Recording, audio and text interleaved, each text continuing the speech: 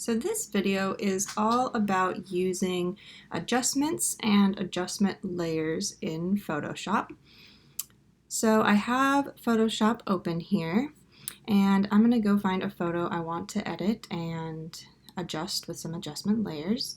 So I am going to go to File and Open, and I'm going to go find the photos I want to edit.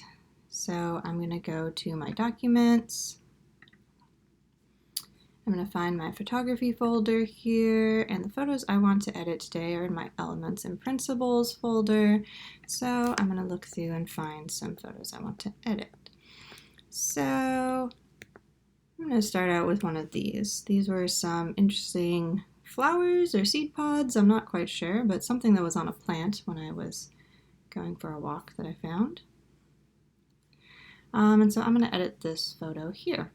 So I can use any of the tools over here, and if you're looking for more information on how to use these tools, make sure to watch the video on Photoshop tools. But I am going to focus on today using the adjustment layers here. So this window here is for all the adjustments. They change things like brightness and saturation and deal with things that have to do with value and color. So if you don't have this window open, you can always open that by going to Window and going down to Adjustments. So if it's checked, it means that the window is open. So if it's checked and you can't find it, it might be hidden behind any other tabs that might be here for other types of windows. So you want to find the one that says Adjustments. And so the first four on here all have to do with value, or how bright or how dark a photo is. So for the most part, these change the brightness of the overall photo. So the first one here that looks like a little sunshine, that one is brightness and contrast. So if I click on that, it will open another little secondary window here that lets me adjust the brightness and the contrast. And you may notice that down here in the layers, that adds a layer that says brightness contrast. So every time you click on one of these adjustments to make any changes, it will add a layer, and that layer has just those changes on it. If your layers aren't showing up, if the window here of layers isn't there, you can always go to Window and click on Layers. So I'm going to adjust the brightness a little bit. If you slide to the right, it gets brighter. If you slide to the left, it gets darker. And 0 is right in the middle, which is the original. And so I'm going to slide it back and forth. It looks pretty good as far as brightness. Maybe lighten it up just a little bit. Contrast is the difference between the light and the dark, or the highlights and the shadows. So if you go all the way to one side to 100% on the contrast, that makes it really contrasty. It makes the highlights really bright, the shadows really dark. And then you can decrease it and make it less contrasted by going to the left. Maybe I'll just increase the contrast by just a little bit on this one. And when you're done with that particular adjustment that you're working on, you can always click these little arrows here and tuck it back away, out of the way, and then you have your adjustment layer right here. So with any of the adjustment layers, you can click the eyeball on and off in the layers, and that will show you kind of before and after what it looks like with that adjustment. This background layer here is your actual photo. So that is the photo right here as the background, and this is the first adjustment I've done. We also have levels, and levels lets you do a little more fine-tuning as far as the brightness goes. So you can adjust the shadows individually, the highlights, and the midtones all individually. So if I click this one little triangle button here and bring that in, that's adjusting those shadows. If I use this one on the top here, that's adjusting the highlights. And this middle one here is the midtones. So maybe I want to put the midtones up a little bit. And so this one here will darken those shadows. This one here will lighten those highlights. But if you use this little grayscale or this value scale down here at the bottom, that will lighten those shadows by bringing that in, or darken those highlights by bringing that one in. I think my highlights are a little bright, reflecting off that corner of that house, so I'm going to turn that down just a little bit. Otherwise, I think I like the way that looks. So I'm going to click those little arrows to tuck that away, and now I have my two adjustment layers. Curves and exposure both do the same thing. They are just in a little bit of a different form. Curves does the same thing on the graph. You can just move different dots up and down to change the graph.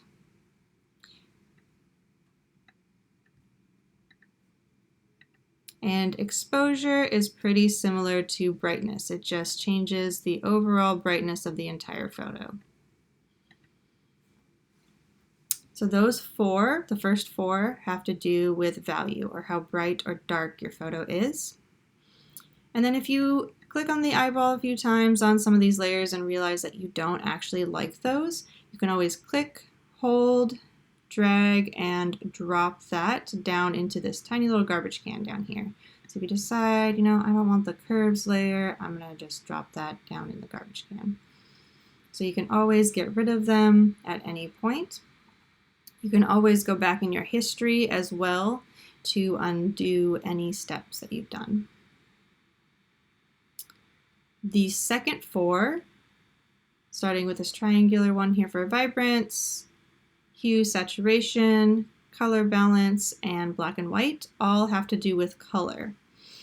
So, starting with Vibrance, both Vibrance and Saturation have to do with how intense the color is.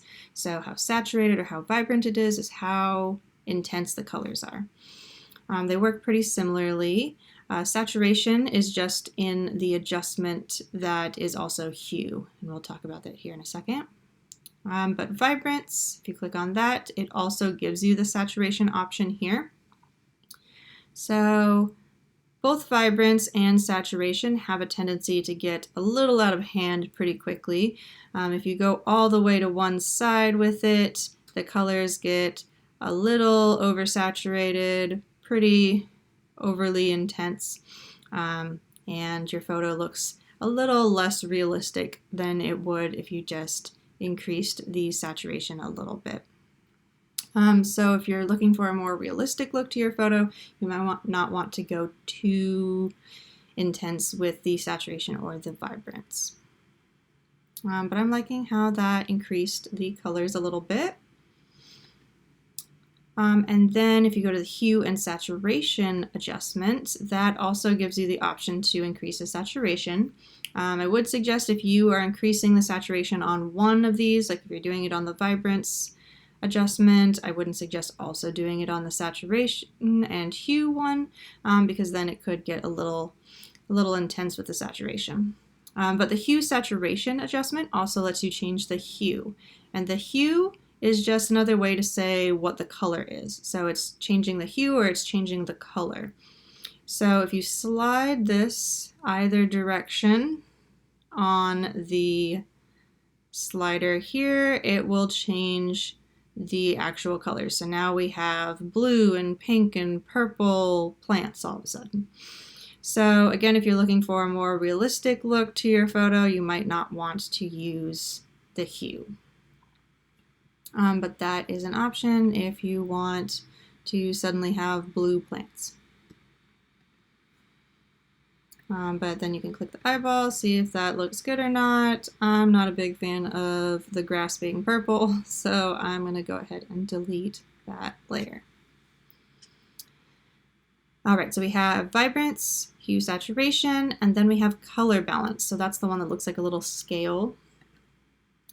And what Color Balance does is it balances out the colors. So if you have a color cast or any kind of one color that is kind of lingering in your photo that doesn't look like it belongs there. Like if you're taking a photo inside in certain types of lighting or on a really cloudy day, sometimes they can look a little bluish.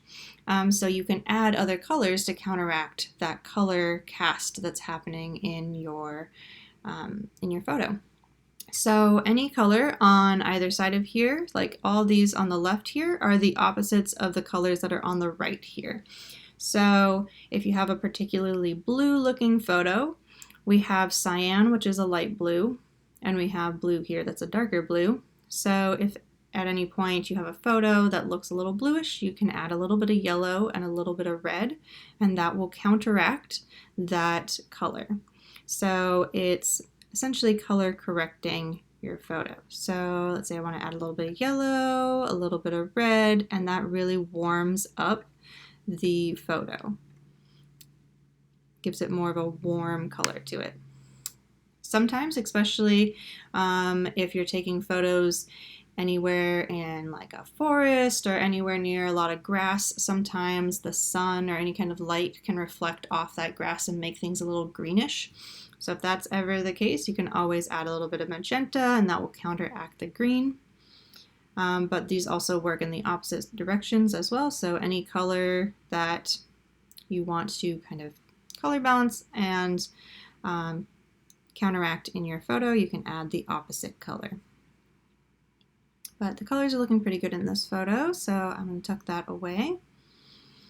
And then our very last adjustment that we're going to look at is black and white. So that sounds pretty self-explanatory, but it just has the ability to change your photo into black and white. Sometimes some photos might work a little better for black and white than others.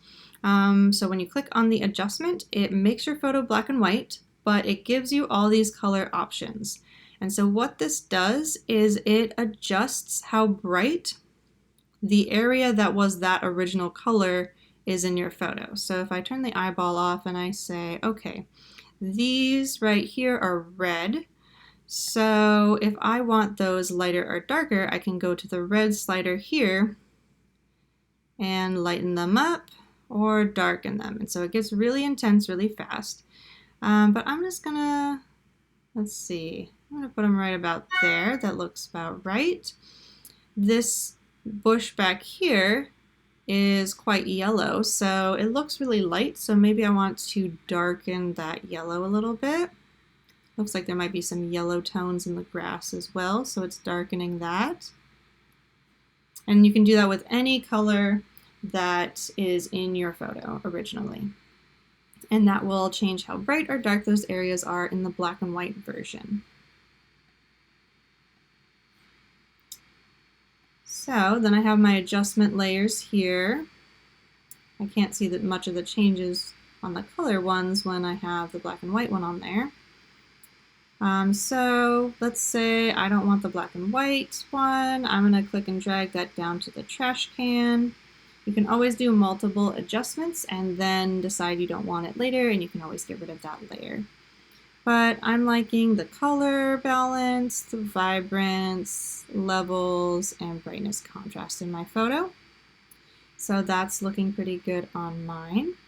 So I'm going to go ahead and save it now. So since I've added layers here, when I go to File and Save As, so remember we don't want to click Save, we want to click Save As, so it'll let us change the file name. So I click Save As and save on my computer. Now it will, since I have multiple layers, it will automatically want to save it as a PSD or a Photoshop document. And we want to save it as a Photoshop document so that we can save these layers. So if you decide later on you want to make any changes with this photo, you can open it up and those layers will be there.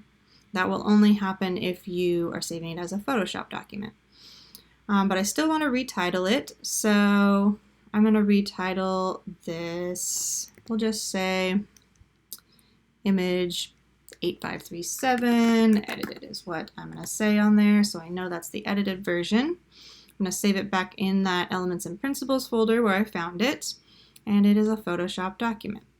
Remember though, when you are changing the name of your file, make sure to put anything that you're changing, any name you're putting on it, any letters or numbers you're putting right before the dot. You don't want to put it after the dot because this is the file type right here. And if you change anything about that, it will change what the file type is, and it might not open the photo later on. So you want to make sure anything that you're adding to the title or you're renaming it as is before the dot. And so everything looks about right here. So I'm going to click Save and OK. And that's taking a moment to save. So now I have my Photoshop document saved so I can access those layers later on. But the problem is that Photoshop files are a little big. So when we upload these to Schoology to turn them in, they won't work as well for uploading if they're those bigger files. So we want to save it as a Photoshop document, but then we also want to go back and say File, Save As again. Save on your computer. And I'm going to keep it that image 8537 edited, but I want to change the format right here from Photoshop to JPEG.